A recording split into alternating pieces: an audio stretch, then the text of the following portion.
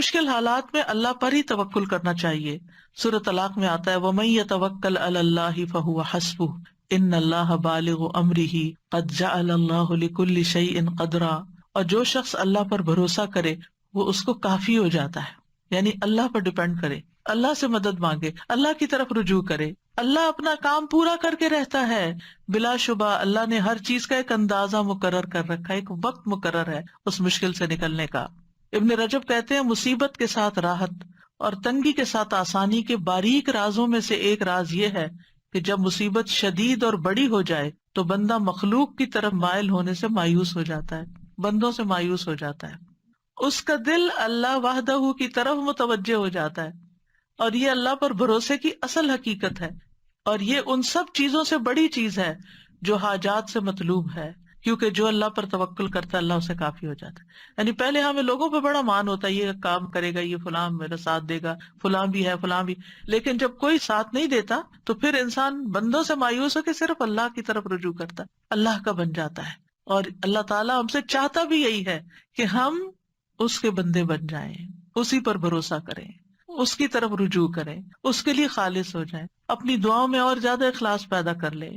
اور پھر آپ دیکھیں کہ جو اللہ سے حسن ظن رکھتا ہے اللہ سبحانہ وتعالیٰ اس کو مشکل سے نکال دیتا ہے. غار ثور میں جب حضرت ابوبکر پریشان ہو گئے تھے کہ دشمن تو سر پہ آ گئے ہیں، تو نبی صلی اللہ علیہ وسلم نے کیا فرمایا؟ لا تحزن ان اللہ معنا، غم نہ کرو اللہ ہمارے ساتھ ہے. اور یہ کہنے کی دیر تھی فانزل اللہ سکینتہ علیہ، اللہ نے اس پر اپنی سکینت نازل کر دی. وَأَيَّدَهُ بِجُنُودٍ لَمْ تَرَوْهَا، ایسے لشکروں سے مدد کی جو تم نہیں دیکھ رہے تھے، اور کفار نامراد پلٹ گئے. پھر یہ ہے کہ مشکل میں اپنی تمام حاجات صرف اللہ کے سامنے رکھنی چاہیے. رسول اللہ صلی اللہ علیہ وسلم نے فرمایا جسے انتہائی شدید حاجت آ پڑے اور اس نے اسے لوگوں پر پیش کر دیا تو اس کی حاجت دور نہ ہوگی، اور جس نے اللہ پہ پیش کیا عنقریب اللہ اسے بے پرواہ کر دے گا، یا تو جلد ہی موت آ جائے گی یا جلد غنی ہو جائے گا. پھر یہ کہ اس بات پر پورا یقین رکھنا چاہیے کہ مشکل دور ہوگی انشاءاللہ. حسن ظن، خوش گمانی، سیجعل اللہ بعد عسر یسرا، یہ اللہ ہی کا وعدہ ہے. یعنی سختی کے بعد آسانی، تنگی کے بعد وسعت، اور فقر کے بعد مالداری اللہ تعالیٰ ضرور عطا کرے گا. پھر آپ دیکھیے کہ یہ یقین کہ ہر تنگی کے ساتھ دو آسانی ہے. فَإِنَّ مَعَ الْعُسْرِ يُسْرًا، إِنَّ مَعَ الْعُسْرِ يُسْرًا، یعنی ہر مشکل کے ساتھ آسانی ہے، بے شک اسی مشکل کے ساتھ ایک اور آسانی ہے. یعنی مشکل بیچ میں اور آسانیاں دونوں طرف ہیں.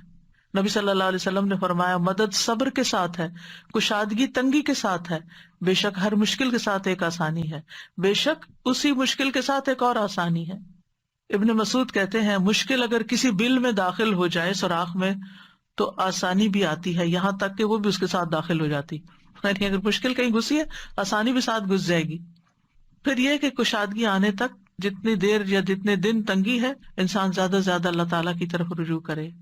اور اگر معاملات آسان نہیں ہو رہے تو اللہ تعالیٰ کو بلیم کرنے کی بجائے کہ اللہ تعالیٰ دعا نہیں سنتا، یا لوگوں کو بلیم کرنے کی بجائے کہ یہ میری مشکل کا سبب ہے، کیا کرے؟ خود کو ملامت کرے.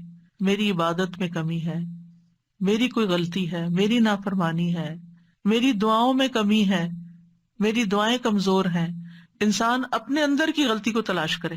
ابن رجب کہتے ہیں جب مومن پر مشکلات کے دور ہونے میں دیر ہو جائے اور وہ بہت زیادہ دعائیں مانگ مانگ کر اور عاجزی کر کے مایوس ہو جائے اور دعا کی قبولیت کے آثار ظاہر ہی نہ ہوں تو وہ اپنی ذات کی طرف رجوع کرے اور خود کو ملامت کرے.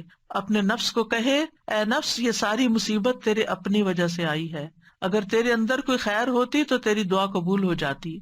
اور انسان کا اپنے نفس کو ملامت کرنا، یہ کہنا I was wrong, I am wrong، اللہ کو بہت سے نیک اعمال سے زیادہ محبوب ہے، کیونکہ لا الہ الا انت سبحانک انی کنت من الظالمین. اللہ تعالیٰ میری غلطی ہے، آپ کا کوئی قصور نہیں، ساری بھلائی تیرے ہاتھ میں ہے. سبحانک، تو پاک ہے ہر نقص اور عیب سے، غلطی میرے اپنے اندر ہے، مجھے میری غلطیاں دکھا دے، مجھے ان پر توبہ کی توفیق دے دے، مجھے اصلاح کی توفیق دے دے. آدم علیہ السلام کی توبہ کیسے قبول ہوئی تھی، آسانی کیسے ہوئی تھی؟ ربنا ظلمنا انفسنا وان لم تغفر لنا وترحمنا لنکونن من الخاسرین. اللہ ہم نے اپنی جان پر ظلم کیا، اگر تو ہمیں بخشے گا نہیں اور تو ہم پہ رحم نہیں کرے گا تو ہم ضرور خسارہ اٹھائیں گے. تو ہوتا بھی یہی ہے، ما اصابک من مصیبت فبما کسبت ایدی، یعنی تمہارے اپنے ہاتھوں کی کمائی سے تم پر مشکل آئی ہے. یعنی اگر انسان دعا کی قبولیت کا اہل نہیں، یعنی ایک انسان ہے مستجاب الدعوات ہے، ادھر دعا کرتا ہے ادھر دعا قبول ہوتی ہے، ادھر مشکل آسان ہو جاتی. ایک انسان ہے وہ ایسا نہیں ہوتا، دعا کرتا ہے مشکل آسان نہیں ہوتی. پھر کیا ہے؟ مطلب یہ ہے کہ ابھی وہ اس کا اہل نہیں کہ اس کی دعا قبول ہو. لہذا وہ جب اپنی غلطی کا اعتراف، اپنے گناہوں کا اعتراف اور استغفار کی کثرت کرتا ہے تو گناہ مٹ جاتے ہیں اور رستے آسان ہو جاتے ہیں. تو استغفار بہت فائدہ مند چیز ہے ہر تنگی اور رکاوٹ دور کرنے کے لیے. جیسے مال میں تنگی آئی ہے، یا اولاد میں ہے، یا کاروبار میں ہے، یا کسی بھی طرح کی دل میں تنگی ہے، رزق میں تنگی ہے، استغفار کی کثرت ان ساری رکاوٹوں کو استغفار دور کرتا ہے. اور پھر خاص طور پر صدقہ و خیرات، لوگوں کو دینا، لوگوں پر احسان کرنا، لوگوں کی زندگیوں کو آسان کرنا، اطاعت کے کام کرنا، یعنی صرف دل سے نہیں، یعنی زبان سے بھی اور عمل سے بھی. اب مثلا دوسروں کی زندگی آپ کیسے آسان کر سکتے ہیں؟ ان کو کوئی اچھا مشورہ دے کے، ان کا کوئی کام کر کے، ان کی کوئی مدد کر کے.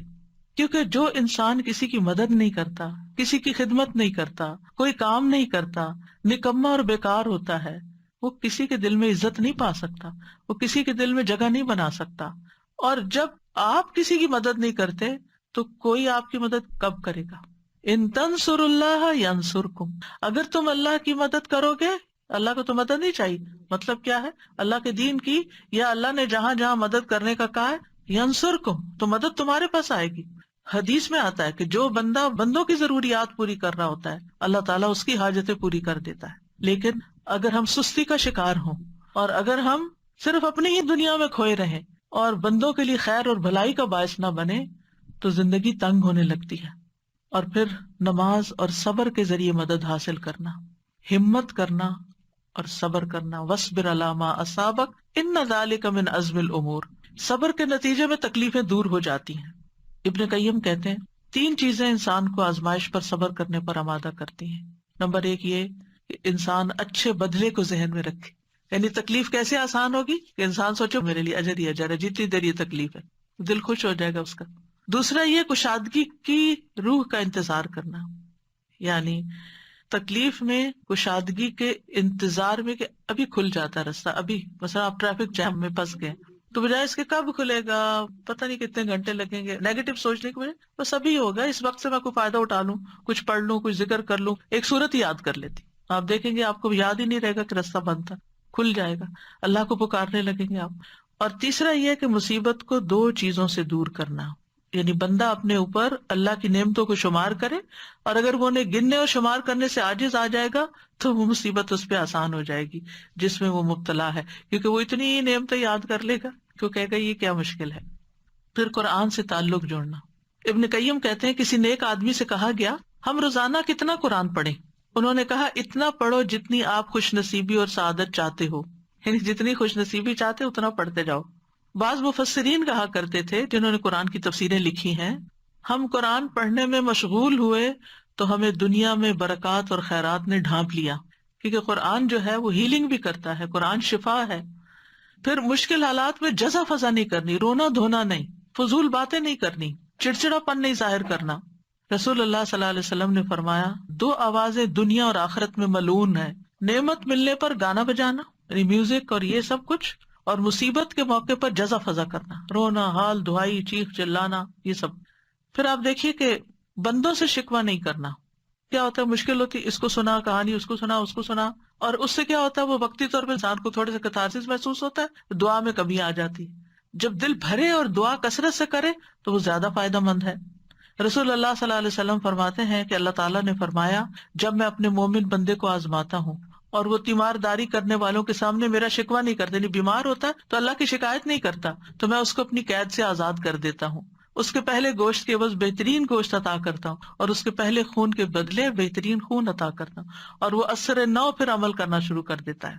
پھر مشکل حالات میں کمزوری نہیں دکھانی چاہیے، کمزور نہیں پڑنا چاہیے مشکل کے آگے، کیونکہ اللہ والے ایسے ہی ہوتے ہیں. وَكَأَيٍّ مِّن نَّبِيٍّ قَاتَلَ مَعَهُ رِبِّيُّونَ كَثِيرٌ فَمَا وَهَنُوا لِمَا أَصَابَهُمْ فِي سَبِيلِ اللَّهِ وَمَا ضَعُفُوا وَمَا اسْتَكَانُوا. نہ وہ کمزور پڑے، نہ ہمت ہاری، نہ دبے، اور اللہ صبر کرنے والوں سے محبت کرتا ہے۔